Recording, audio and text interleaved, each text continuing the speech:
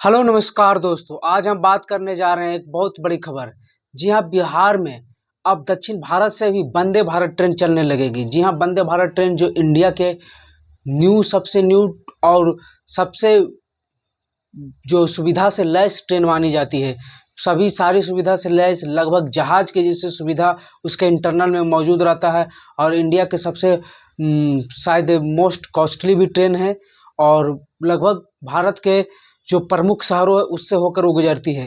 बिहार के पटना से झारखंड की ओर भी जाती थी गया होते हुए, लेकिन अब बिहार के उन इलाकों से होकर गुजरेगी जिन इलाकों के बारे में कभी सोचा नहीं जा सकता था, जिन इलाकों से पटना जाने के लिए भी ट्रेन नहीं था, उन इलाकों से अब वंदे भारत की ट्रेन भी मिलने लगी है।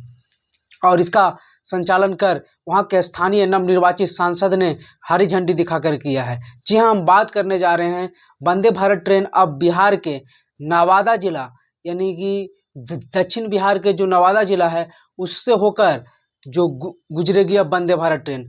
नवादा से होते हुए वंदे भारत ट्रेन देवघर की ओर जाएगी और देवघर से जो ट्रेन आएगी नवादा होते हुए वाराणसी, पटना होते हुए वाराणसी की ओर जाएगी।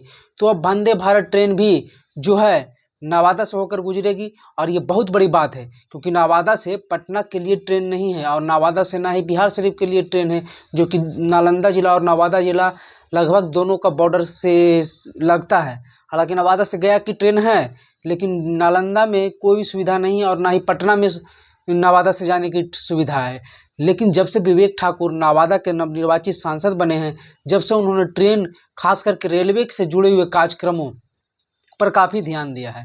उससे पहले उन्होंने दिल्ली वाली ट्रेन को नवादा से लाइन अप दिया और नवादा से होते गुजरने को दिया गया। पहले नवादा के लोगों को अगर दिल्ली जाना होता था तो या तो वो पटना जाते थे, गया जाते थे, या फिर एक ट्रेन राजगीर से होकर चलती थी श्रमजीवी एक्सप्रेस, उसमें आकर अपना टिकट करवाते थे। लेकिन अब नवादा से भी चलने लगी। वही देवघर, जब सावन का महीना था तो उन्होंने स्पेशली देवघर के लिए ट्रेन चलवाया और अब जब मौका मिला तो उन्होंने वंदे भारत ट्रेन रेलवे मंत्रालय से बात कर क्योंकि विवेक ठाकुर काफ़ी पहुंच वाले सांसद माने जाते हैं और उनको लेकर चुनाव के समय काफ़ी बातें चली थी। हालांकि इस बार काफ़ी कम मार्जिन से वोट से उन्होंने चुनाव जीता है। हालांकि जो पहले वहां से बीजेपी या उनके गठबंधन के उम्मीदवार थे बहुत ज़्यादा वोट से जीतते थे, लेकिन उन्होंने जीत हासिल की।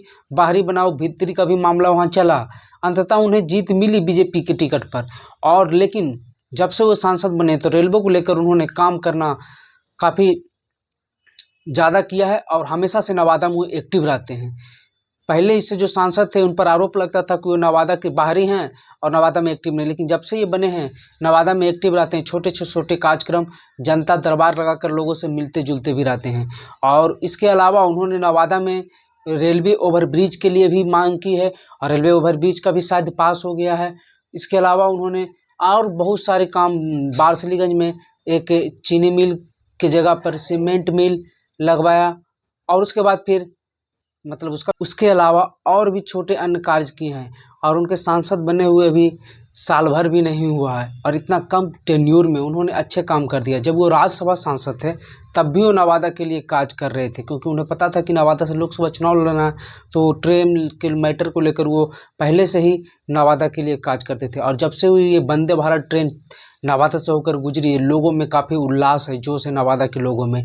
चाहे किसी भी पार्टी, धर्म, समुदाय के लोग हैं, सभी लोगों में खुशी भरी है, क्योंकि एक बेहतरीन कार्य हुआ। वंदे भारत पर बैठने के लिए लोगों को, आम लोगों को खासकर तो सपना ही है, क्योंकि वंदे भारत जैसे लग्जरी ट्रेन बिहार के, और वो भी उन जिलों से चल रही है जहाँ से लोग पटना जाने के लिए ट्रेन की यात्रा नहीं कर पाते थे और वहाँ से वंदे भारत चल रहा है। ये बहुत बड़ी बात है। तो ये वीडियो आपको कैसा लगा, अपनी राय जरूर कमेंट बॉक्स में दें। वीडियो देखने के लिए धन्यवाद।